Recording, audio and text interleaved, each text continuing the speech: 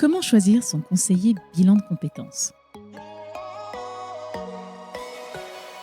Lors de mes webinaires intitulés « Réussir votre bilan de compétences », je me rends compte qu'un nombre important de bénéficiaires négligent cette question essentielle et du coup passent à côté de leur bilan de compétences à cause d'une erreur de casting.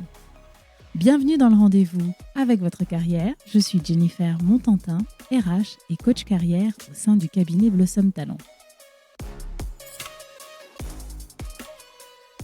La question du jour.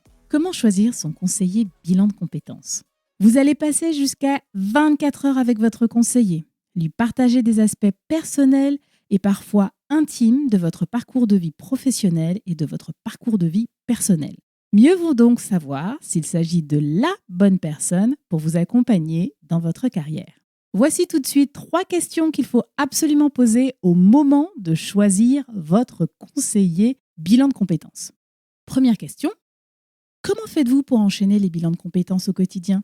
La question est un peu provoque, mais elle a le mérite d'identifier si vous êtes face à une grosse machine qui enchaîne les bénéficiaires à longueur de journée ou si vous êtes dans un contexte plus personnel où vous allez être un bénéficiaire identifié, chouchouté et considéré car la priorité sera donnée à la qualité de l'accompagnement plutôt qu'à la quantité de clients.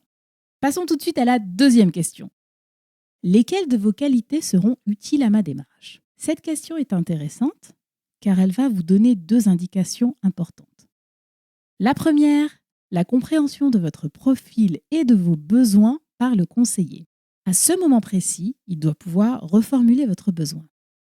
Deuxième indication, sa capacité à se projeter dans un accompagnement personnalisé. Votre conseiller a normalement à ce stade perçu votre mode de fonctionnement et vos axes d'amélioration. Il doit pouvoir vous dire sa valeur ajoutée face à votre profil. Troisième question. Comment allez-vous me faire progresser lors du bilan? J'adore cette question car elle informe sur les méthodes d'apprentissage qui pour moi doivent être adaptées à chaque bénéficiaire. Personnellement, j'accompagne aussi bien sur des métiers de bureau que des métiers dits manuels. Vous imaginez bien que les compétences existantes dans chacun de ces profils sont différentes et qu'il faut apporter le cadre dans lequel le bénéficiaire peut progresser en toute confiance. Nous avons vu 3 questions et en fait, j'ai envie de vous en proposer une 4e. Allez, une petite question pour la fin. Êtes-vous spécialiste dans un bilan de compétences en particulier? Comme j'aime le rappeler, quand on a mal aux dents, on va chez son dentiste, pas chez son médecin généraliste. Gardez la même logique. Certains conseillers bilan de compétences sont spécialistes de la fin de carrière, par exemple, ou encore spécialistes de la reconversion, de la création d'entreprise. Si vous avez déjà un objectif précis, allez vers un spécialiste. Autrement, un généraliste fera largement l'affaire. Vous avez maintenant non pas 3 mais 4 bonnes questions à poser à votre conseiller. Vous êtes prêt à passer à l'action? Dites-vous bien que pour choisir le bon conseiller, il faut pouvoir comparer. Et idéalement, je conseille 2 à 3 professionnels. Ces échanges sont de 20 à 40 minutes et surtout, ils ont le mérite d'être gratuits.